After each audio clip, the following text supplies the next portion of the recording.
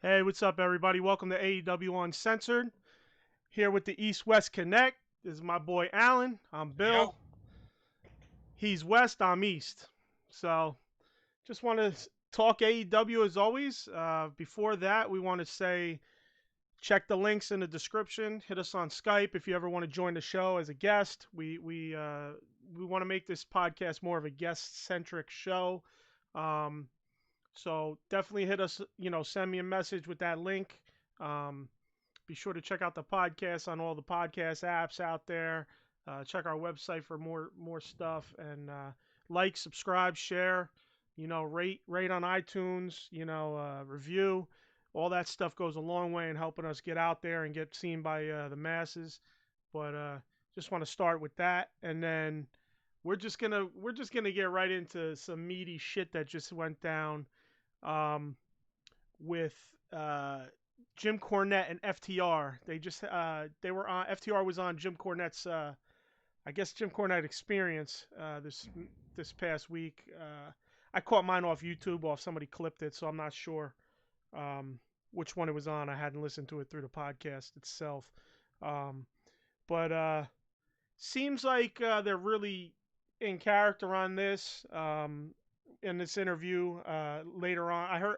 I listened to the later part. I heard there was an earlier part where they kind of just went over the whole WWE thing, and yep. I got to be honest, I didn't listen to that part. I heard that before on Jericho's podcast. So it looks like they're staying in character, and towards the end, it seemed like there might be a little chance that we might get a little Cornette and AEW action. Yeah, I was very surprised by that. I did listen to the whole thing. Certainly, when it came down to the WWE part, I mean, I wouldn't necessarily say they were in character. They were being very honest. They were not being inflammatory in any way. They were just being really, really honest about their experiences.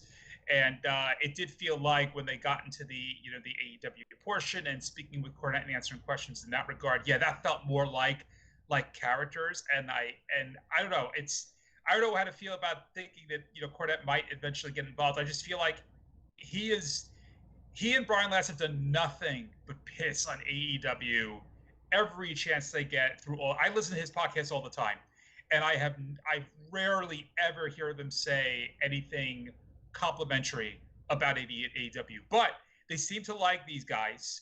I was very surprised to even hear that they were going to be interviewing them because I would think that Cornette would want to wash his hands of talking to anybody from AEW at all. But they seem to get along really well, and I wonder if that will lead to something.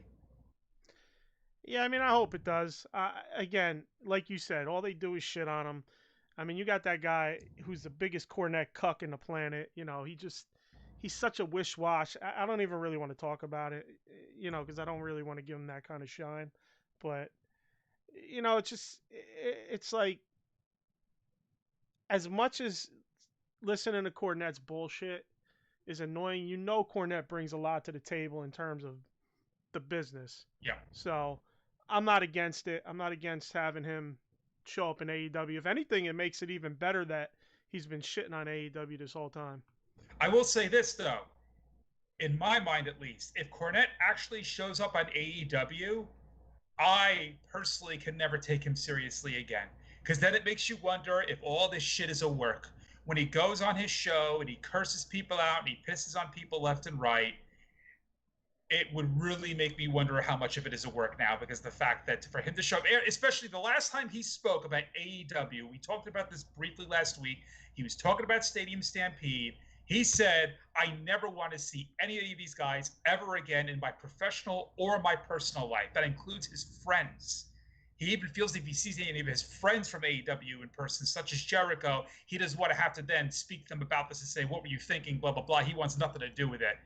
If he shows up, that's really going to make me take him a lot less seriously. But we'll see. We'll see. I mean, I never really. I don't know how serious you could take Cornette. You know what I mean? It feels like he's not that he's always working, but a lot of his shit is work. You know what I mean? It is, but I think he believes in what he says. Like, I think for all the things that he does say that are very outrageous, I do get the feeling that he believes in what he says. I think he really does have a strong love for the business, and that he does feel that promotions like AEW take the business off of the course that he wants to see it in. So I don't know. With wrestling, I guess you never know at the end of the day what truly is a work and what isn't. But the business is off the course he wants it to go in since forever, man. I mean, Yeah, and let's be realistic. He was part of the reason it's off the course. Like, it's let's true. not act. I mean, Cornette likes to play the game like, he's this fucking end all be all. But like, the reality is, like, he's done some stupid shit in his career as well with the business. You know what I mean? Like, he's been plenty part of that WWE circus bullshit for years, for decades. So, I mean, let's call it what it is. You can't talk out of both sides of your mouth. And I think that's why I get more annoyed with it. And I just, I do listen, but it's only when I'm really like trying to see what his vibe is and how out of control he's gonna get over it. Mhm. So, like, definitely when with the pay per view, I definitely had to listen and see what his take was gonna be, because you knew it was gonna be out of control. Yep. Just over the top. Um, but I mean, I pretty much for the most part, that's about it. It just was interesting, and I think it'd be really cool if he did show up with FTR. And they were joking about him not flying and whatnot, but I think with the right situation, Cornette will do anything. But yeah, Cornette really does seem to be the modern day B.A. Baracus. He hates to fly. He talks about that all the time. He does anywhere. He it's so funny too, because when you hear him speak, he's like he never even wants to leave his house anymore. He's like become this complete curmudgeon who he's like the old guy from Up, just wants to stay in that house. It's Yeah, really funny, but yeah, we'll see. sounds like somebody else you know. I did get what I also did get out of it was it was a really nice way to get to know FTR, because most of what you hear about them is in the press and things they've said and blah blah blah, but to actually hear them talk and to really hear them try to go to bat for themselves, and for them to say that there's so many other guys in this business who have gone to bat for them, supposedly a lot of the big time guys in WWE and whatnot. It really does shine the spotlight on them, but it also definitely puts the pressure on. Now, they're going to have to perform, and they're really going to have to show that whatever anybody ever thought about them, all the positive vibes, the training wheels are off. They got to go at it now. No question. I mean, I found it. I didn't dive into it. I just saw pretty much headlines and comments and shit that Vince was told that they were like Ole and Arn. I'm sorry, Arn and Tully, and he said they're too much like Arn and Tully. And I'm like, wait a minute, like, that's a bad thing. I mean, Yeah, exactly. And it was funny because that's what they kind thought of, too. They apparently were told that at Gorilla Position, and they were like, "Oh, we're so honored to hear that." Like, no, it's not a good thing. I don't know. To me, it's a great thing. Yeah. But whatever. We'll see what they can do. It was interesting that they're not signed to an actual contract. I mean, are they or aren't they? I mean, it seemed like that part of the interview was a work more than it wasn't. And AEW appears to still, at the end of the day, also be loosey goosey. You've got like Moxley's situation; he could show up in other promotions if he wants to. The Bucks can show up in other promotions. I feel like a quote unquote contract with AEW is not the same as a contract with WWE or any other organization. It really allows them a lot of leeway to bounce around to wherever they want to go. So I guess it's just a matter of the nuts and bolts of what are the terms of the contract. Or is it just the same type of contract that anybody else has, where it's like, yes, you work for us, but feel free to go wherever you want to go and appear and tear the house down. Right. What's up, Eddie? Um, yeah, I think I think with their contracts, it's only specific guys like obviously the Bucks, Omega, Cody, Jericho, probably Matt Hardy. I think they're letting Mox. I think they're letting guys that are cachet guys that would want to go do this stuff in other organizations. They're allowing them the opportunity to do it. Yeah. So I don't know about some of the younger talent. Um, You know, I personally think some of the other younger talents should be allowed to go work indies. Like we discussed it. You know, some of the work needs to be tightened up. Yep. You know, but It can only do them that's good. Yeah. exactly. I think some of these people not even wrestling for a month at a time is not beneficial to them. So that's why I said even if you don't want them to wrestle indies, AEW needs to get on their ass, get on a horse and get something going. Training center, small fed in some state Yep. that they can work the state and work each other and teach and learn, and even if they don't have a TV deal or something, maybe do a YouTube thing. Um, and treat it like real TV, with cameras, and let these people work it, like they're on live TV. So when they're on TV, they're ready for it. Yeah. They know where to look, how to act, what to do. Um, but other than that, I mean that's pretty much all I got on FTR and Cornette. Nothing, obviously nothing mind blowing, but I just interesting. I'm sorry. Um, that they kind of at the end with the Cornette twist of if it's close to such and such, I forget where he said, Arkansas maybe, um I'll drive out there, between Arkansas and Pittsburgh, whatever he Right. said. Right. So Yeah. um No, that's the but case. Good for him. I mean, he seems to be fond of them. They really sounded like they got along nicely. It was never contentious. It was, he seems to genuinely like them, and so maybe yeah, that's where he is. If he likes somebody, he'll go the extra mile for him. right, he likes them until one of them decides they want to do a dive or something. Exactly. He'll just flip his fucking whole script. you know I kind of like he really early on ripped Kenny Omega for having a match with like a 9-year-old girl. And I watched the match, right?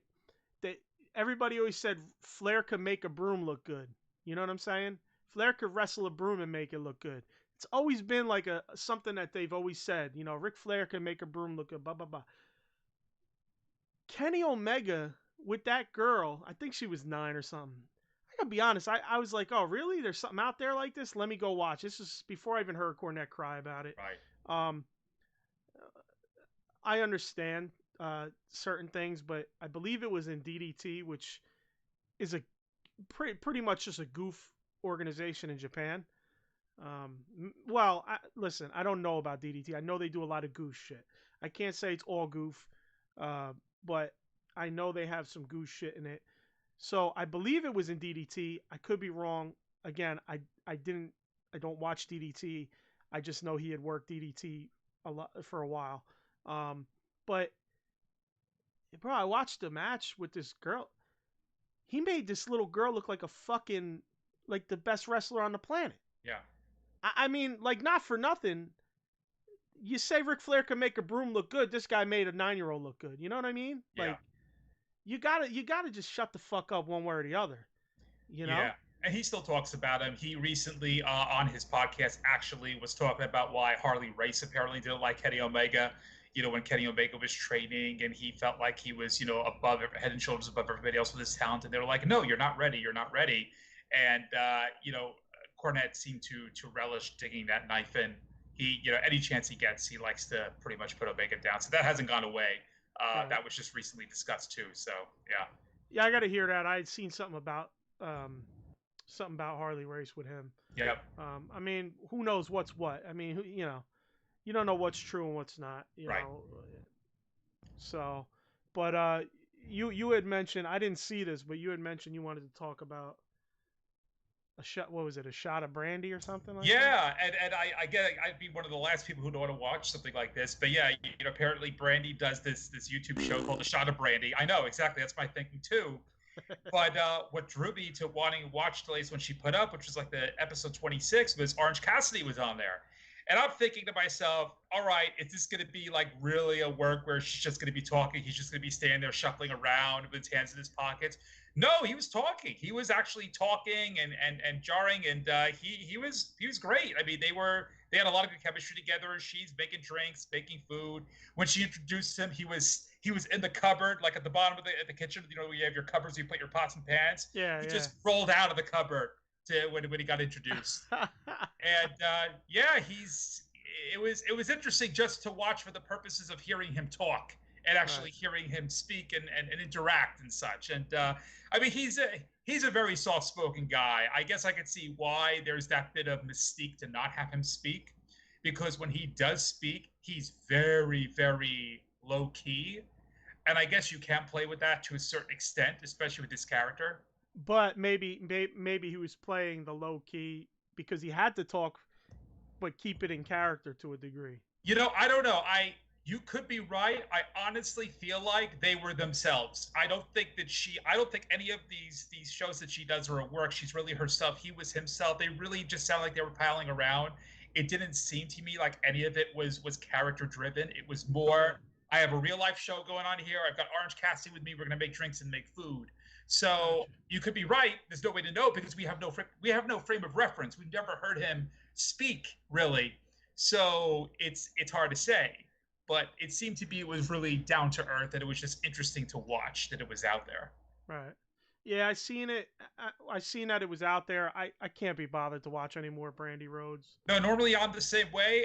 I love Orange Cassidy though. I don't think I've never been shy about that. I love Orange Cassidy. He's probably right now my favorite performer in AEW. So if I ever see him on anything, I'm going to go out of my way to watch it. Yeah, I agree. I'm with you on that. I mean, yeah, and like I said in the past, I hate the shit on Brandy, but it almost is like I'm just the more you know. I didn't jump on all that shitting on Brandy stuff, but it's just like just shoehorning her ass into everything, man. She should just have a shoehorn hanging out of the back of her shirt, you know? Yeah, yeah. Just pull and slide in case of needing Brandy, you know? Yeah. Yeah, I mean, when they first started out, I felt like they were trying to make her relevant and really integrate her into some significant storylines. But now, yeah, you're right. She does just feel like she gets shoehorned into everything. Like they don't really know what to do with her now, but she's there and she's Cody's wife. So she needs to be involved. I don't know. I hate to just make her sound like a placeholder like that, but that at least to me, as somebody watching the show, that's how I feel now when I see her involved with something. Yeah, I mean, whatever. I mean, I get we have to. It is what it is, right? Like you said, she's one of the key backstage members' wives. So yeah, you know. I mean, whatever. She's got a key role as well, but yeah, whatever. What was it? What was the other thing you wanted to speak? Did you have something else you wanted to touch base on? No, those are the two things I want to talk about that were not show related. Yeah, because it is nice to just think about some of the other stories that are going on in around AEW that aren't just a beat for beat thing of what's going on with the shows. Because right now, I mean, outside of their regular weekly show, the next big thing that they're going to be having is going to be Fyter Fest, and that's not taking place until, well, this is actually a little bit significant now. So Fyter Fest is taking place July 8th. So it's a 2-night show. Starting at 8 o'clock, just like normal Dynamite. Yep. So apparently there was an issue with the graphic. I didn't notice it, but apparently there was an issue with the graphic on the show, and people thought it might start at 10, but that was a mistake. Yeah, that makes sense. I find that interesting that they're going to be having like a 2-night show like this. It's kind of like not exactly what WrestleMania did, with the one night after the next, but they're actually spreading this out into 2 different weeks, which is pretty cool. It's like a 2-part event. It's going to be a week apart of each. Yeah, I'm hoping they book it like a large pay-per-view and just play it out. Like, mid-show will come at the end of Dynamite. Same. That the first episode, and then from mid-show to the main event will turn out to be the second week. That'd be cool. Totally. Instead of trying to make them 2 separate shows with a beginning, middle, and end. You know what I mean? I agree. Uh, did you watch any Dark again or no? No, I did not get a chance to see Dark. I have been having No. difficulties watching Dark, um, just because I never can be able to watch it live, and then I'm not able to find it as easily as I am the actual Dynamite show. All right, well, I'll do like last week where I'll just run a couple quick Sure. notes that I felt were more necessary. Uh, so Cody or Dustin and Brandy were outside coming in. They got caught up. I forget. It might have been Marvez stopped them for an interview. It might have been Tony. I can't remember who stopped them for an interview. Um, then QT pulls up in a nice new car, convertible. I think it was a Corvette. Um, and Allie's in there, and they're like, "Oh, where you been? Whatever, whatever."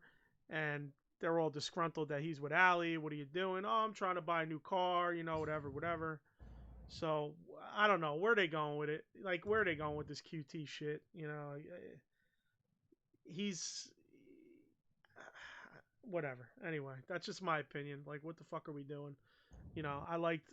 I'm hoping it turns into something where she's luring QT into something that has to do with Butcher and the Blade eventually. You know what I mean? Right. Um, because I like the bunny with Butcher and the Blade. Then the other thing was, the Avalon and Cutler thing again. I love it. I love that they're getting in on a little program. You know, I believe they're teaming up now, and you know, so that was fun to me. They teamed up. They were against QT and Dustin. Of course, they lost.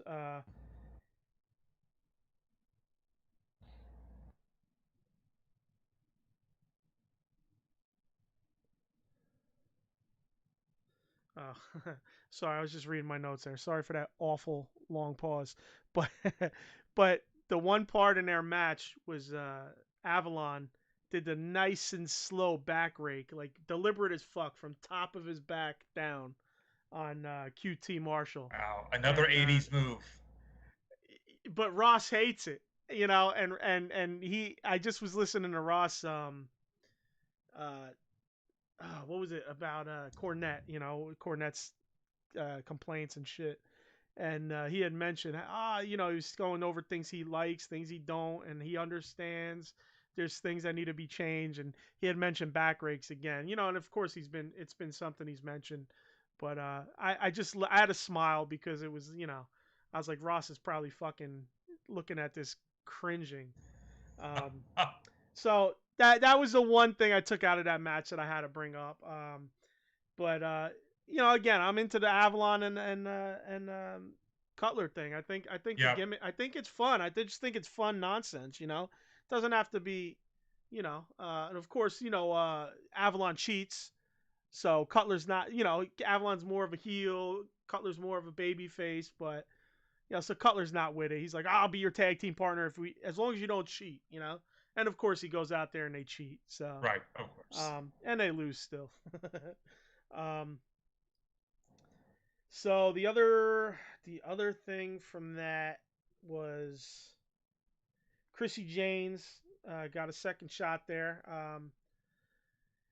She didn't look as good against this other one. I don't have her name written here, so I can't remember her name. But it, there was some awful work in the match. Some good stuff too. Janes at some point had like basically reached her arm out and waited for her opponent to like kind of grab it and then go over with her. So it was super, super like super obvious that it was just all like ballet. It's like set up, it's planned. Right. You could see it's like it's when wrestling's best. It's when it's not super obvious. Right. So the end was awfully executed. The tight grab, she did a tight grab to win, which is good because they're setting her up as a heel. You could see she'll dance, she'll do her little dances in between certain moves and stuff. So, but whatever. I mean, she did get up from the she had her down, and she could have just rolled her for the pin, but for some reason she got up, walked around her, and got down on her on the other side and went for the pin, which didn't make any sense to me. Whatever. That's just it about Dark. Dark is like I told you, Dark is cool.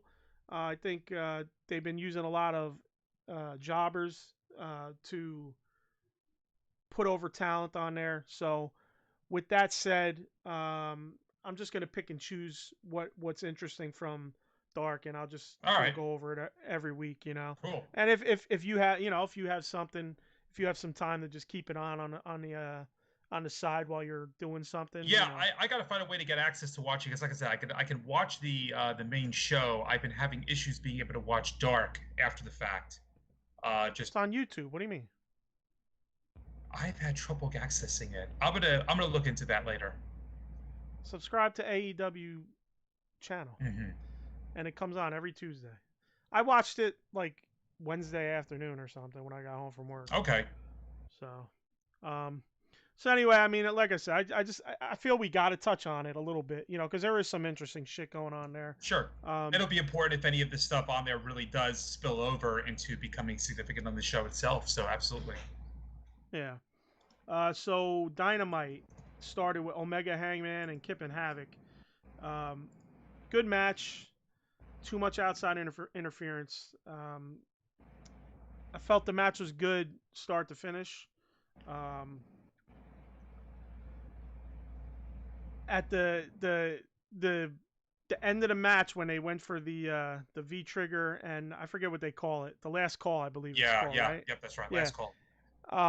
Dude, it looked like Omega caught Hangman with the V trigger right to the fucking jaw. It did. I was gonna say he probably had to use some ice after that one. That was a bit close. He looked like he caught one. Yes. Yeah, he looked like he caught one. Yeah. I mean, good match. I mean, all them guys. I mean, I'm not a big fan of Kip. I really like Havoc, man. I got to be honest. He's a good wrestler. I mean, people shit on him, but the only thing I don't like about Havoc is his shitty gear and his stupid fucking hair. Other than that, I think the guy can wrestle. Yeah, definitely. No, he's a good talent. I agree with you on Kip. Not a big fan. My favorite thing about Kip Sabian is Penelope Ford. We'll leave it at Penelope, yeah. Well, that's the other thing, man. Like, we go into it.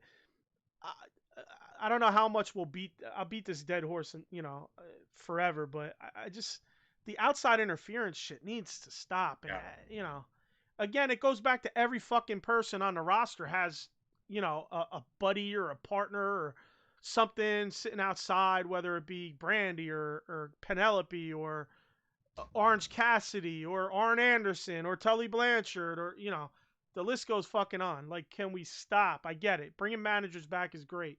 But come on. Yeah.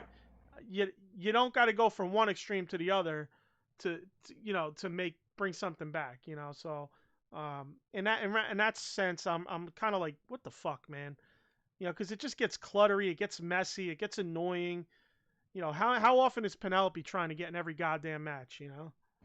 Yeah, less is more. It really is a thing where they are over relying on it to an extent of like if you have anybody at all who's coming with you to ringside one way or another, they have to get involved in the match. Yeah. And it does take away from what's happening in the ring to the point where it's distracting. I agree. They need to find a better balance for how and when they're going to implement outside interference. Yeah, definitely. I mean, it's just getting to be a little too much. You got anything on that match or? No, I agree. Otherwise, I enjoyed it. I mean, outside of the interference, no pun intended. No, I did. I enjoyed it too. I mean, like I said, yeah, not the biggest fan of Kip, but Hangman Page and Omega are a great team. Glad they won. They definitely are gonna. There's a lot more that they could do with them. So yeah, I enjoyed it. All right, so we'll move to Spears and Tully in the limo there. Yeah, I got questions on that. I got no, like, I'm gonna tell you right now, I got no answer. So don't ask questions. Because I figured if anybody's speak gonna your know, mind. it's gonna be you. Because I figured you're aware of this whole thing with Tully Blanchard and the whole black glove thing. Because I was trying to rack my brain on it and where it could come from, and I don't know, man. I mean, I really don't know. I mean, DiBiase had the glove, I mean, but what are they doing? You know, like Yeah, I don't know which way they're going, honestly. And it felt so fucking goofy that it he did. gives him a glove in a box. You know what I mean? Like I feel like they could have maybe approached it in a different manner, but Yeah. maybe I'm wrong. I mean, maybe next week some more will come out of it, and I'll be like, oh, okay. You know, maybe it'll jog a memory of something that's from the past or whatnot. But Well, I almost feel like he's going to show up next week and give somebody a proctology exam. It's like that's what the glove is for. I don't know. It's weird. I tried to do a little bit of research after the fact to see what the whole angle is with the glove. And to your point, you mentioned DiBiase had apparently Bo Dallas wore a few years ago. His grandfather Blackjack Mulligan made it Blackjack Mulligan, famous. right? Yeah, and it's like it appeared in You Mid want the heart South. punch? You want the heart punch? Yeah, yeah. So and the fact that it appeared in Mid South, I figured that's why you might know more about it than I did. But that's interesting that you're kind of in the dark as well as I am as far as the significance of it. But maybe that's the point. Maybe the point is we're Right. going to see in coming weeks, what it's going to do. I don't know. It's Sean Spears to me just feels like he needs some kind of a turbo boost at this point. So maybe this is what this is going to be. When he came over, he had a lot of talent. He's again one of those guys. He was never used much by WWE. Comes over, promises the world. I'm here for a reason. Blah blah blah. I haven't really seen much from him to really be very impressed yet. So we'll see if this leads to something. Maybe it's a new character. Maybe he's going to take the glove and become a new blackjack kind of character. I don't know. All right. Yeah, I don't hate on him. I think he's I think in my opinion for me I should say when I'm watching, I feel like he's just kind of floundering out there. He doesn't have a I haven't grabbed onto him yet, but Mhm. I will say when he's cut some promos, he's gotten my attention with his promos. Yeah, Um I think he's another one. He's almost like Brandy where it's like they've been throwing shit at the wall hoping it'll stick, and so far none of it's sticking. You know what I mean? exactly. So obviously in the promo that he cut that they put on social media, he talks about the thing being over. I think it was that, or was it on Wednesday? I can't remember when, but he's like the search for a partner is over. I think it was during Dynamite. This is I got this for you. This is what we're going with. So we'll see where it goes. I think in the right scenario, I think he'll work. It'll work out well for him because I think I think he does well on the promo, man. And I mean that's half the battle. I mean that's half Sure. the battle of winning people's favor. So uh, we go from that to the cage squash. Just that. That's all it was. Another Just a episode of squash. Superstars back when the jobbers would come out Yeah. and just get squashed in 2 minutes, pretty Yeah. much. Um, Again, they're just making him look hot, which is fine. Uh, Taz is getting involved again. Again, I'm enjoying that pairing. I really am. I like the idea of putting them together. Taz still has it. So yeah, Yeah, Taz cuts the nice little promo. Speaking of Taz, a little side note here. He does dark, so you could see. I don't feel like he's fully gone heel on announcing, but you could see he's little dribs and drops of some heel work on the mic there. But starts off good, and then of course Mox comes out. Mox goes to get in the ring, and Taz is like, "Before you step in the ring, blah blah blah." So Mox kind of gives him the look like, "Oh, really? Okay, well, and just comes in, cuts a typical Mox promo. Like, "Hey, man, I was smiling because I wasn't disrespect. I was smiling because I'm ready to take this bull head on. yeah. Basically, I mean, that's not his words, but that's basically what he's saying, and it's pretty good, man. I mean, you can never. I don't think Mox has had a bad promo yet. No, no, he's Um, great.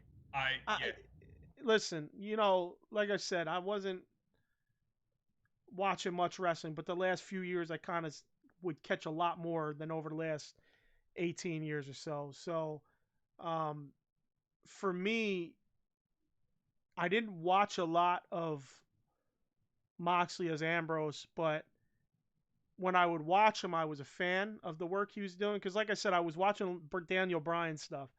Um, so I would really, catch some stuff peripherally, and I was like, man, this guy, like, you could tell that guy loved wrestling, and he was a fan of wrestling, and that's what made me a fan of him. I actually liked him. I didn't go out of my way and watch every week or anything, but if I would put it on for some reason, say I thought something was coming up with Daniel Bryan, um, and I seen he was there, I would watch him too. Um, again, not super technical, but you seen the love. You could see the work rate, the love. He was always intense. He was just always going for it, man. Always putting his all into it. And for me, I felt that, and that's why I was a fan of his. So when he came to AEW, I was like, fucking bet, that's what's up. And I didn't realize how good of a promo he was, obviously, because I didn't watch a lot, and I don't know how much he got to do there. It almost feels like Seth and Roman were the ones that got all the real airtime. Yeah. You know, but I'm glad to see him in AEW, and that seeing promos week to week like that is just pretty awesome. Yeah, he's another example of somebody who he just simply wasn't given enough to do in WWE, and you can tell that he had a lot more talent than he was allowed to exhibit.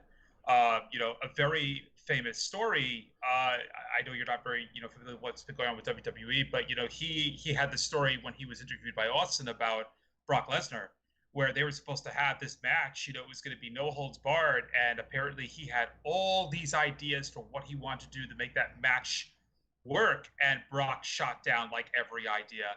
He's like, no, I just want it to be basic, blah blah blah, and he was disappointed by that. And it was there were a lot of occasions where he would have ideas and he would go and say, let's do this, and they would shut him down.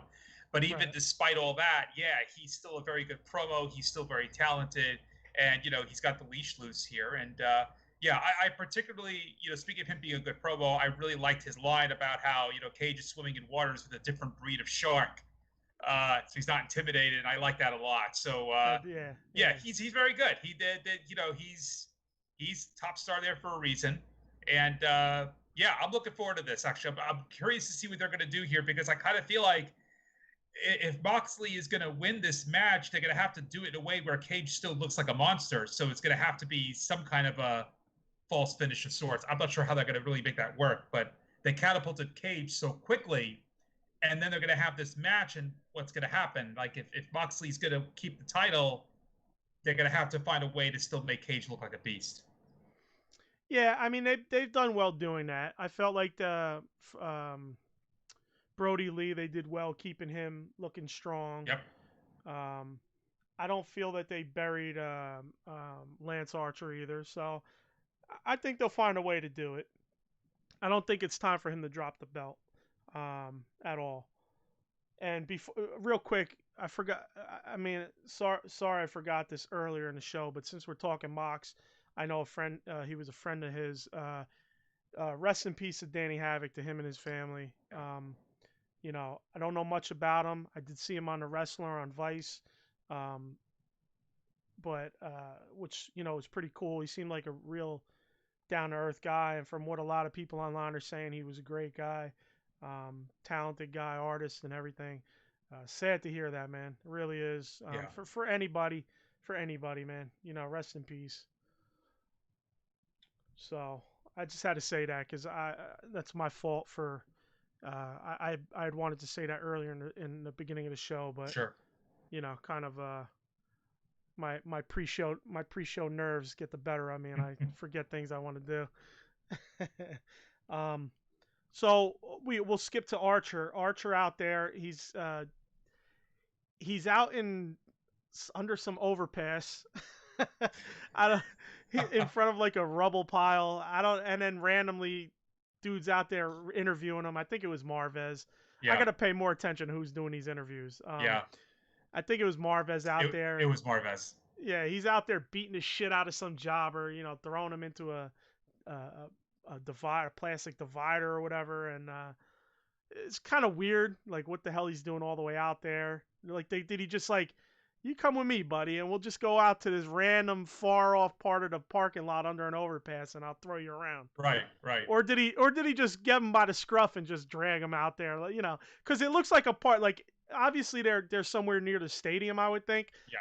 And stadium parking lots, they're fucking big, man. He had to drag him some fucking distance. Or did he just throw him in the car and say, "Let's take a ride over here, kid, and I'll beat you up"?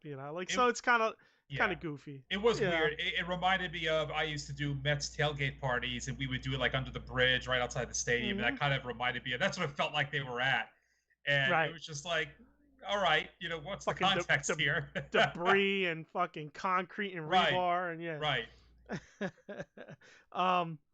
It's good.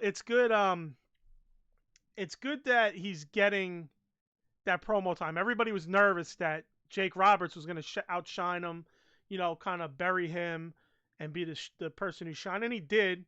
I don't think he buried him, but he did shine. So it's good that Archer's now getting his words out. I think he did a great job with it. He did what he's supposed to do, be a fucking heel. Jake Roberts kind of being like, damn, man, like, I'm sorry about that. Even Jake Roberts being as, as snake in the grass as he is, pun intended, it's,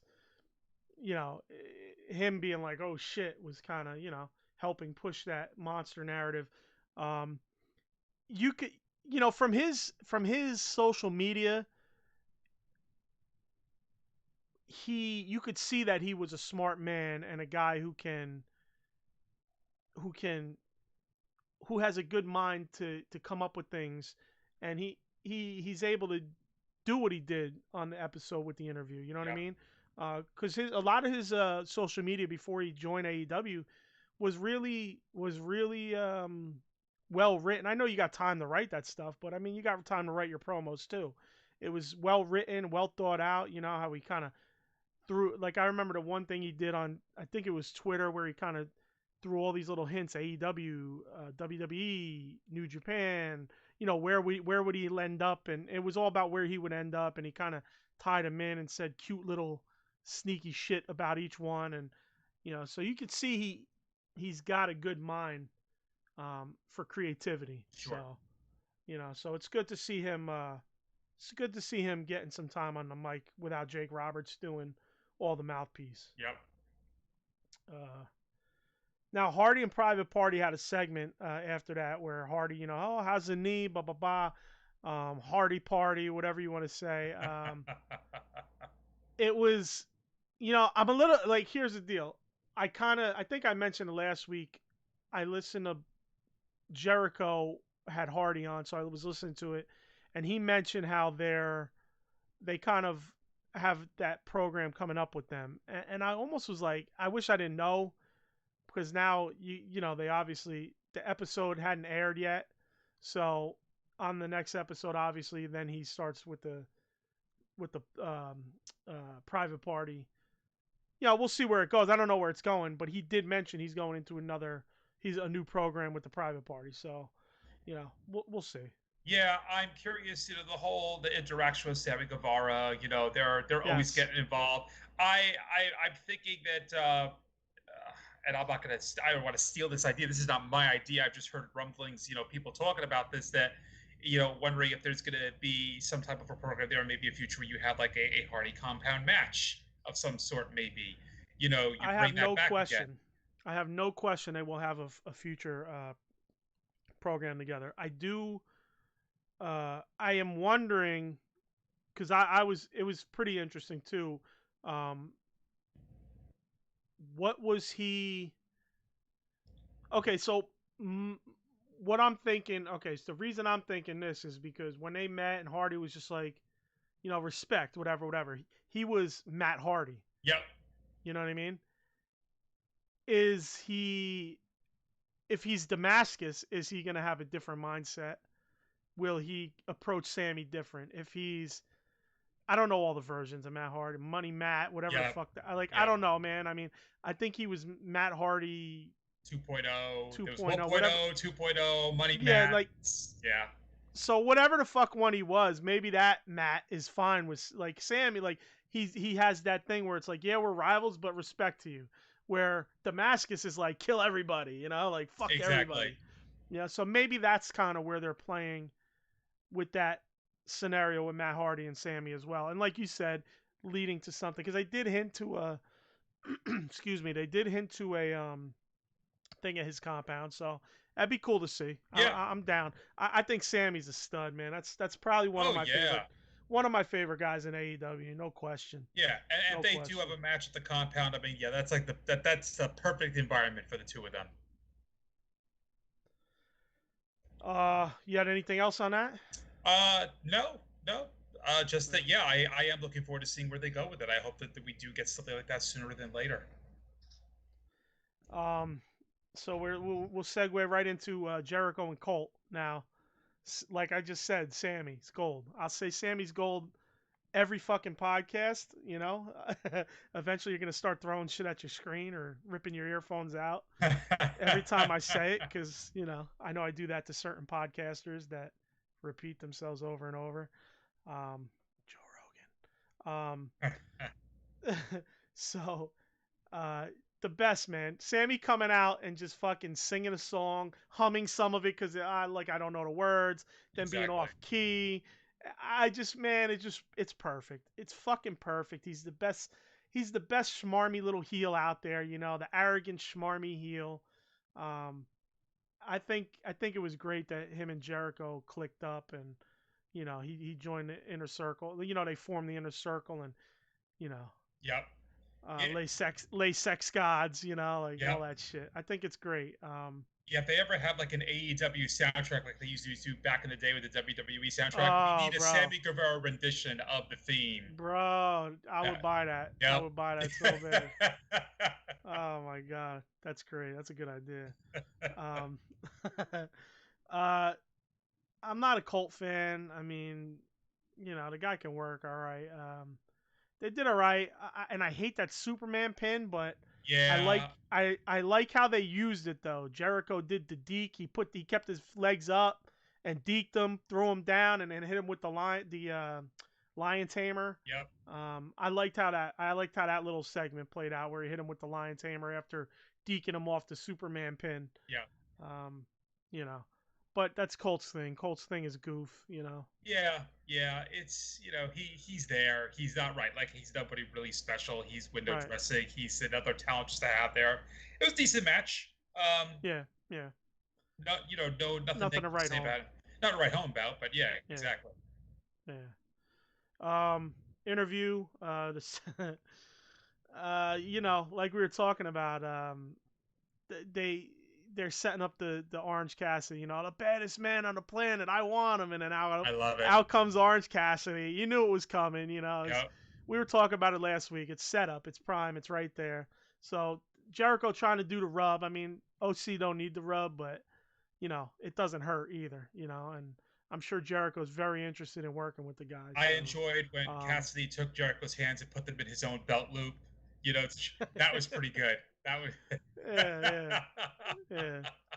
That's funny shit, man. I do like how like they beeped out ass but not shit. Yeah. I don't know what was that about. I don't get it. You know? I don't get that either. It's fucking weird, man. It's fucking weird. It's probably somebody just missed it. You know, I've seen that before. I've seen that on podcasts where it's like every curse word's beeped out, but there's always one that sneaks through because they just miss it. And ass shouldn't. I mean, shit. Right now, you can actually say shit on USA Network. Like they actually have it on Raw now. They just say that there's no more beeping it out if it's after 9 o'clock. So it's. But yeah, why would they beep out ass? It doesn't make much sense. But anyway. Yeah. You have anything else on that one or no? No, just you say you keep repeating yourself with Sammy Guevara. I'll keep repeating myself with Orange Cassidy. You know, I just love seeing whenever he shows up. So I'm looking forward to that eventual feud. It's great.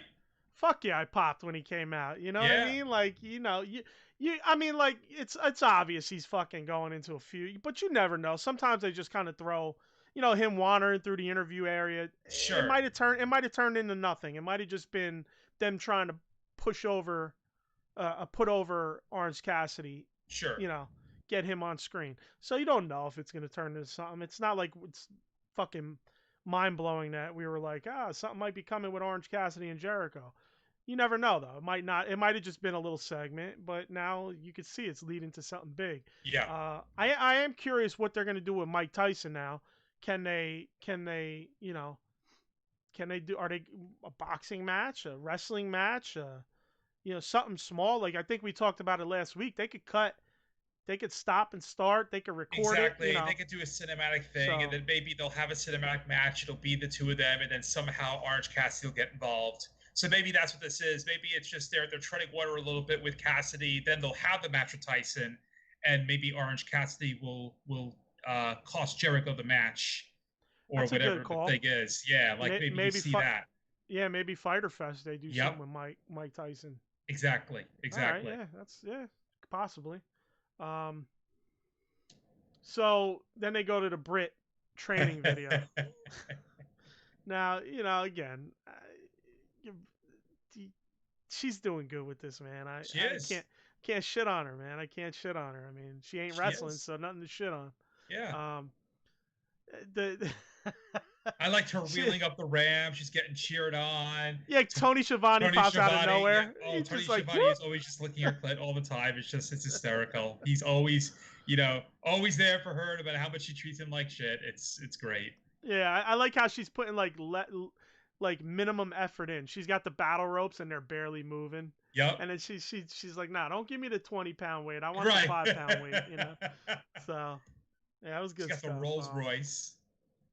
It's great. She's shining in that role, man. Yeah. I mean, you can't knock it. I mean, do that and build your talent in the ring up. I mean, you could obviously see that once she gets the in ring up to par. I mean, she's gonna be a star. She's gonna be a star. It's plain and simple. Absolutely. Nothing less. Do you have anything on Nyla and Swole? Because I got to be honest, I did not really watch the match. I saw the match. It was nothing really to write home about. Okay, it was nothing terrible. It was decent, but otherwise not so much to say about it. I mean, ended with a pop-up spine buster. It was okay. Nyla Rose wins. It's Big Swole to me just continues to be like, she's a bit player, pretty decent, but more of a bit player than anything else at the moment, I think. Yeah, I think she'll have a role soon. So we'll go to the chat real quick. Eddie says Bill has a pound man love for Sammy. It's one of my man crushes. And said that about me with Orange Cassidy, yeah. Oh yeah. And then you're right, Eddie. Tony is the best commentator on TV. He most certainly is. He's the best. Yeah. I've been a Tony Schiavone fan for fucking ever, since I was a kid. I love Tony Schiavone. I don't. He shits on his WCW time, but it's like he wasn't doing good work. But I mean, him, Heenan, and Zbyszko were fucking amazing. Yes, absolutely. I don't know. I loved them. I loved all three of those guys. Absolutely. At the end of that match, though, Britt did do that instigation with Big Swole. Yes. The fucking the cameraman almost got taken out, bro. But with Rebel or Reba, what's her name in this? Rebel or Reba? Yep. I don't know. Yep. I forget what her name is. I don't know. She was Rebel and now she's Reba. I don't know. I've also lost track of what yeah, I don't know. Too similar. Yeah, I don't remember. I don't know. I don't know what she was before and what she is now. I think she's Reba now. But it was fun to watch her instigating and then hitting the guardrail a la Cody. Yes. Like a little Cody action there. But yes. But that cameraman almost bit it, man. He's like, what the fuck? Yeah. Yep. You gotta be a little more like I guess because he's trying to at where the angle he was at, he was probably trying to get a little bit of the front of Swole. Yes. So I can understand why he's there, but you got to kind of know that they're about to hit the barricade with this fucking utility cart. Yeah, there was no. It's almost like they left him out of the whole choreography of what was going to be happening, and he was just like literally on the fly, just like, well, I'll just go with whatever happens. Yeah. Hey, look, it was just a little stumble. I mean, he took a little bit of a push, and he didn't go down, so that's good. Yeah. And when you're looking behind a lens and you're not really, you're not sure your balance level and all that. I mean, surprisingly, he didn't tumble down. Yeah, no, you got lucky. But then you go to the Darby interview, and the whole, what is that? Less is more. I mean, he really didn't say much. No. I mean, he just he did mention Taz and Brian Cage. So where is that going to go? What are we going to get down the line with these two guys? That's the main question. You knew they were. Sometimes AEW starts something and it seems, and you feel like, okay, they did it, and where's it at? Well, maybe this goes back to what I was saying earlier, where I said that when they have the match with Moxley and Cage, they're going to have to find a way for Moxley to win, but for Cage to still look strong. Maybe Allen gets involved. Okay, that's a good fucking idea. I hate that that's my second third party gets involved idea. First there's, Cassidy, and now this, but on paper it makes sense. Okay, listen, for me, the whole getting involved and jumping in shit, I'm fine with something like that. Yeah. I'm just tired of the third person or second person on the outside while the match is going on. Darby running in randomly from the back that makes sense to me. You know what I mean? So yeah. So that makes sense. Maybe that's a good call. I didn't even think of that. Yeah, because it makes sense. Because then if you are trying to, in your head, try to fit the pieces of the puzzle together, it's like, all right, well, this is happening off of the side. How are they going to integrate it? Where's it going to go with what's happening over here? And maybe that's what you do. Again, it might be a similar situation to Cassidy with Jericho with Tyson. You get that third party involved somehow, cost somebody the match, and there you go. Yeah. I sometimes you hope, they're not going to just kind of have the Cage Darby, or, the Taz Darby thing kind of fade away, which you kind of felt like it was once they started doing Brian Cage and Moxley, but then they do the interview and he says, it's not over, Taz, Cage, it's definitely not over, blah, blah, blah, blah, blah, blah, whatever he said. Yeah. And so it's good to see that, okay, they're not putting it wasn't just a thing for the moment, But like I said, AEW's kind of had that thing where they'll put something away for a second and then they'll bring it back, and it's I like that. I like that it's not always just like a loss of continuity. Right, exactly. They keep the continuity in mind. They know where their stories are going. So there's something to be said for that. Yeah. So we'll go to the sit-down interview with FTR. It was like I said, like I felt, not said, like I felt like the whole attacking them was like, we want to just make sure that, they have no excuse. That's kind of why I figured they didn't attack them, and they just, they helped them versus attacking them, because it's like, we don't want them to have an excuse. We don't want them to say we just attacked them, blah, blah, blah, shit like that. And of course, that's what they said. They did have that little good setup at the end of the interview with Butcher and the Blade coming down. Yes. Trying to get their come-ups with them being attacked by them the week prior, which is hilarious because they were in the middle of attacking the Bucks. Right. And now they're pissed off that they attacked them while they were attacking the Bucks. Right. But we'll get that next week. So we'll get that during the Dynamite, and I'm not sure where it'll go, but it's hard to getting them on TV. Exactly. Getting them on TV. Exactly. I think that's the mission right now. The mission is you get them on TV, you get them exposed, you get them talking, getting them involved, and they'll go from there with what they need to do with them. Yeah. You got anything else on the interview? I mean, it's just a solid interview. It was. I was a little when they're like underwhelmed. When they're like, what does FTR mean? And it made me think of that Seinfeld scene with Elaine, where Frank Cassandra is, he's like, what does that mean? She's like, it means whatever you want it to mean.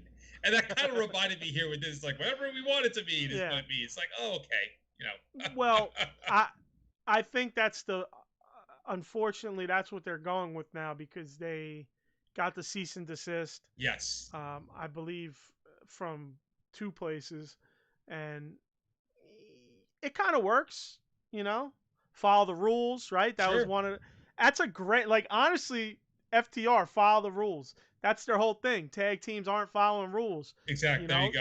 AEW, a lot of wrestlers, a lot of things aren't following the rules. like they should run with that. You know what I mean? Like Yeah. that's a perfect thing to run with. You Yeah. know, so Wait. I don't mind it, but you know the interview was good. It wasn't. It was meant not to be anything Yeah. spectacular either. Yeah. You It know, just it's more lets you get to know them. just a sit. Yeah, just a sit down. Uh, then Colt, they do the Colt interview. He's interviewing whatever. And of course, this, you know, out comes Brody Lee. You know, like again another Dark Order. You know, Yeah. you're that close. You're that close. You know, let me help you. And if you remember, I believe it was 2 weeks ago. There was the Dark Order flyer on the ground, and Colt saw it, picked it up, and looked Yes. at it. And he didn't crumble it and throw it. He folded it up and kind of just I don't like he pocketed it. I don't remember if he specifically put it in his pocket Yeah. or whatever. But yeah. So let's see where that goes. You know, Yeah. I wouldn't mind him being in that. I mean, like you said, he's he's a role player. So Yeah, right now he's just there. It feels like to me. right. So if you do put him in the Dark Order, it's like, all right, you know again, it reminds me back in the old days. Though it's like, yeah, if you wanted to get somebody, get attention with somebody, you put them as part of the NWO, but then it got out of hand. And I hope this doesn't lead into that where everybody's just joining the Dark Order if they're a role player and they have to, become part of something. Right. We'll see. Yeah, it'll be interesting to see how that plays out. Cause I'm curious. Like, okay, everybody, like, let me just hit this stupid, you know, all the dork order. It's like, come on, man. Like, come up with something better. You know, like, you don't like it, you don't like it, but stop being a fucking idiot. You know, I like the Dark Order. I actually liked them before Brody Lee. I had no issue with them. They had that one goof up where the guy wasn't punching Dustin, but whatever, man. I mean, it is what it is. It's just what it is, you know. Yeah. For me, that's not a reason to hate him. You know, everybody, oh well, this fat guy. Not for nothing, but Uno did really well in the mic. People like, oh, he walks down and sounds like he don't sound like somebody that should be scared of. Should he have to? He didn't sound bad either. He sounded good. Yeah. He cut good promos coming down to the ring. You know, like just stop, man. I think they work well as a tag team. I think people just, you know, they just gravitate to certain things and shit on it. I feel they have, like it's the same thing with them as with Brandy, but I feel like the Brandy thing's starting to catch on more with me. I'm starting to agree with a lot of people. The Dark Order, I'm not. I think the Dark Order's got a lot of potential. Sure. I think they were good before Brody Lee. I think Brody Lee coming on, doing what he's done has been good. And I think it's just going to get better from here, especially if you bring in Colt Cabana. Like I said, I'm not a fan of his, but he's another name. It's less of a mask, 1, 2, 3, 4, 5 thing. It's like, hey, now you're a name. You're in. It just builds a little more cachet with the group itself. Sure. So I don't hate on the Dark Order, and I mean, love to hear from people why the Dark Order's so bad. No, I wouldn't. I got to be honest with you. Don't send me any don't send us any emails, man, please. Because I've seen it all. I've seen why everybody hates him, whatever. I just don't agree with it. I just don't agree why they hate him. So we'll segue right to Cody Jungle Boy. During a match, you got more heel Cody shit. You know, it's plain as day. He's doing something. There's something going. The Goofy Blade spot. It's like it's the headbutt the wall. Jungle Boy plays games with MJF. 2 minutes later, you turn to Cody. He's busted open. Yeah. He was teasing some more heel shit with the belt. You know how he pulls the belt off. He's showing like he's ready to hit him, and he goes away from it. But I did love the blood splatter on the camera during the match. One of the outside cameras had some blood splatter. That's always fun. It is. So yeah. It was a good first match for the TNT title. I thought it was well done. I thought the match was good. As much as I goof on the Blade job, it's whatever. I don't mind the blood. I love it. But I just felt it was a little goofy that like they used Jungle Boy and MJF riffing to kind of give him time to blade off camera. Yeah. It was a little clumsy. It definitely could have been a lot more smooth. I actually hope Jungle Boy and MJF keep going with some kind of feud because I felt like their match was I think you agreed with me. I thought that was the best match on the pay-per-view. Absolutely. Like I thought they had the best match on the pay-per-view, hands Yeah, down. yeah. And Jungle Boy's great. This is a great match too. Outside of the clumsy blading, it was a great match. Yeah, it was. It was. And Jungle Boy was put on a little weight, man. I mean, I know he's young, and I'm not saying I hate him or not hate him. I'm not into him because I love Jungle Boy. I like watching him wrestle. I think like if he puts on a little more weight, it'll help him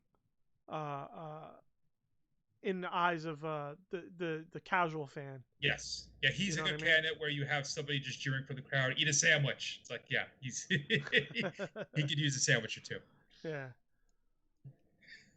What else you got on that match? No, that's pretty much it. I mean, I like I said, I loved it. I would actually like to see them go at it again at some point. I thought they had a lot of good chemistry. Again, Jungle Boy really seems to be having good chemistry with everybody. And yeah, like you said, it was more little digging of showing how Cody is getting a little more heelish.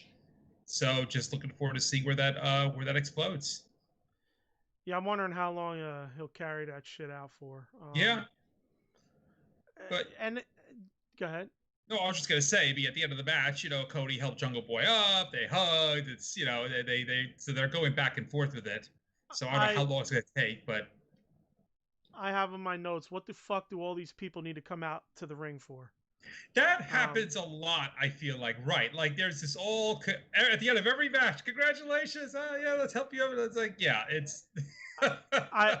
literally, this is exactly what it says. WTF, WTF do all these people need to come out to the ring for? ?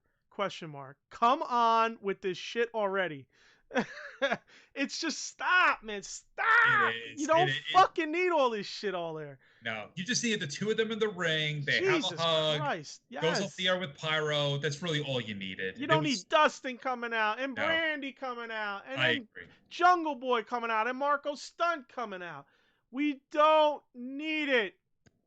We don't need it. Just the basics, for fuck's sake. Yeah, and it's a lot more of a powerful image if you do just have the two of them together, the two of them shoved together, they hug, they raise their hands, whatever, show goes at the air with pyro. It's like that would be enough. I don't know. Yeah, whatever. Who's he fighting next week for the belt? Oh, Mark Quinn. Yes. Yo, I heard it was supposed to be Phoenix, but Phoenix is hurt. Remember when he got hurt? You'd have thought he fucking broke half his ribs on one side, but yeah. From what I heard was he hurt his foot, actually, believe it or not, of all things, with that sickening thud that he took off the ladder. Yeah, it is odd that of all the things you would think of what he possibly would have hurt, the fact that it was the foot, it's like, okay. Yeah, not off the ladder. I'm sorry, over off the ropes. Yes. Go leading into the ladder match, I should have said, but so Mark Quinn, who I feel like I've said this before, I think the kid's going to be a star. I think he's way better than Cassidy. I think they should pull him out of that tag team. Get new fucking gear, son. Get new gear. Yeah. He definitely needs new gear. But I think he's going to be a star, and I hope that next week this coming week he gets to show it, man. I hope he gets to show off and the match comes out nice and clean. Yeah, I hope so too. I'm looking forward to seeing it. Yeah, who do you think? Okay, so we've gone over who we thought he could program with last week. Like a longer program for the title. What do you think might be the following week? I mean, you got anybody in mind? Who would be up next for the TNT Championship? Yeah, like somebody who might slip into there. Yeah. Putting you on the spot, man. No notes for this. I know. I feel like, here's the thing. Maybe it's somebody like a Colt Cabana. Maybe you use it as a vehicle for another storyline. That, Colt Cabana, you're wondering if he's going to be joining the Dark Order. Maybe he has something going on with Cody. Maybe maybe from the Dark Order comes out to try to help him, to try to say, oh, I'm with you, and, I'm going to try to help you win this title. Okay. And something goes down, and then Cody maybe displays even more of an aggressive side because of that. So I don't know. You know what? You put me on the spot. That's off the top of my head. I'm going to say something like that. I'm going to say it'll be somebody who will further another story. And Hey, that's better than just being like, Bob from fucking Discount right, Appliances. You know what I right. mean? Like, Jake from State Farm. yeah, Jake from State Farm. Khakis? She sounds hideous. um, Anybody watching? I mean, what do you guys think? Give us somebody. We're about to go off the air on this shit. Come on. Eddie? Who do you think's up next? Eddie's probably gone by now. I think he's still. Eddie, you still in there?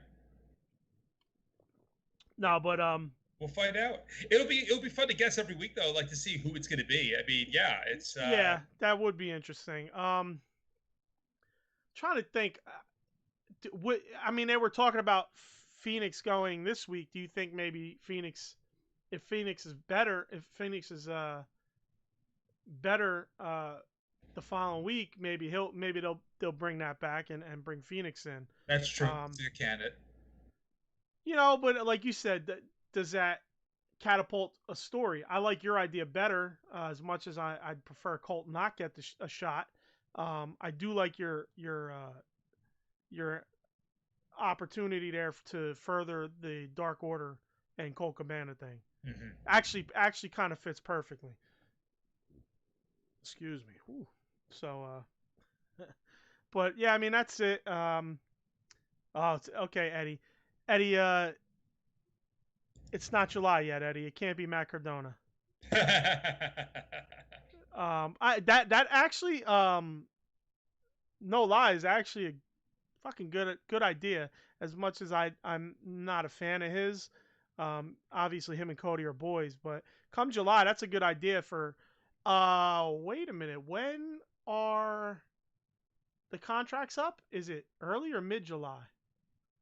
Oh crap! It's probably the only reason I'm thinking it would be mid-July is because I would think something like that would be up on July 15th, like middle of the month. I could. No, but it was 90. It was 90 days 90 from days. when they were released. But when were they released? It was around mid-April. Okay, so there you go. I was gonna say that'd be a nice surprise, like Open Challenge, Fighter Fest. Yeah. You know, surprise guest, boom, Matt Cardona. That's a good idea, Eddie. I like that, but I don't think it'll happen because of the timing. Speaking of that, did you? I know it's not AEW, but it's kind of like, you know, the antithesis of AEW. You know, it's WWE. It's like they needed a pool for Mandy and Otis. Did you hear this? And they fucking called Chelsea Green, who's Matt Cardona's fiance, and said, "Hey, could we use your pool while her and Matt are at poolside chilling?" Yep. And he's just like, "Wait a minute, these motherfuckers want to call me. You just fired me, and now you want to use my pool? Like, it's exactly WWE shit, man. Like, it takes a lot of balls to do something like that. A lot of fucking. That's a lot of balls. It's just fucked up, man. I got a kick out of it that he, you know, I was like, wow, man, they really did that to the man. Yeah. Yeah, fuck them. I don't know. And you know what's fucked up about it is you're putting a talent that's not even a main roster talent on the spot and in a bad position in his fiance. You get what I'm saying? Yeah. She's not really, you know, I don't know much about her, but I don't think she's in anything big. I think she's still like super low on the. I mean, Chelsea Green's with NXT. Right, but she's not really doing much, is she? No, she's involved with, like, they got different stories going on with what's the name of that guy who keeps trying to get clients? I forgot his name. Some doof who keeps trying to get these women clients. But I mean, yeah, she's not huge on the totem pole, but she's doing stuff. Like, she's on the card, you know. All right, yeah, but let's be real. Let's be real. She's like one step above the fucking ring announcer. You know what I mean? Yeah. In NXT, not even in not even on the main brand. You know what I mean? Right. So, I mean, come on, man. How do you? This is WWE bullshit, man. This is why, you know, like, what do you like? How do you do that? How do you put this person on the spot like that after you just fired her fiance in April? Now you're gonna put her on the spot. She's super low on the totem pole. What is she? You know, like, that's fucked up. Anyway, it's pretty funny. It's like a couple breaking up, and then they get a call the next day. Can I use your pool? I got some Yeah, yeah, friends yeah. coming over. It's like, Can I get your Netflix password? yeah, Come on, get the fuck out of here, bitch. It's I just find it I just find it funny that they would go out of their way and do that. But back to AEW. I kind of just like I had to bring that up because it's almost like the anti AEW. You know what I mean? It's like right, it's exactly what you wouldn't expect from AEW. right, Right, Eddie. Yeah. They put something went down where they got a different pool, but like Eddie said in the chat, it's almost like she has to say yes. Otherwise, it's like, well, fuck you, you're buried. Because I mean, they'll bury people for fucking getting over on TV. You think they won't bury somebody for telling them fuck off? You can't use my pool. Yeah, Come on. exactly. If you work for the Her company and fiance, you get called on the spot, you got to do whatever they say. right? I mean, her fiance, Matt Cardona, got himself over. What did he get for it? He got a little bit of a push because they had to, but in the long run, he got shit upon. Yep. I mean, he said it as much on some podcasts recently. Yep. So, it boils down to that. But I mean, I don't have anything else for AEW this week that I could think of. If you have anything you want to think we're good. touch base on, all right. And listen, like we said, man, please hit us up on Skype, man. We want people on the podcast. We don't Definitely. Just us bantering is not as fun. We like to have more of a discussion with a variety of different people's opinions. So hit me on Skype. We'll get you on the chat. We'll get you in the chat, and hopefully from there we get you on the show sometime. That's pretty much it. The link's in the description. Check us on YouTube, like and subscribe. Obviously, you're checking us up YouTube if you're watching live, but like, share, subscribe, iTunes, rate, review, all those things help with the algorithms of getting us out there and getting us seen. If you like the show, let us know if you like the show. If we're not doing some things, if you want to see some things, we got the email right there that you could see, AEW Uncensored Podcast at gmail.com.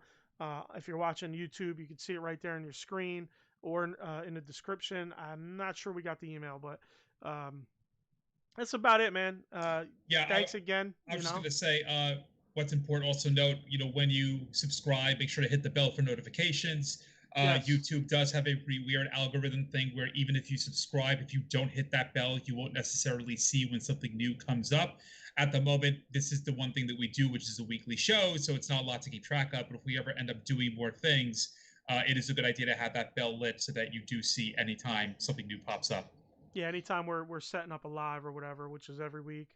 For the foreseeable future, we're going to be doing live, and then obviously bringing this into podcast form and audio form and on our podcast RSS feeds. So what you could get at our website, on any podcast app out there, iHeart, Stitcher, iTunes, TuneIn, Deezer, Google Podcasts, whatever. It's pretty much on most of that shit.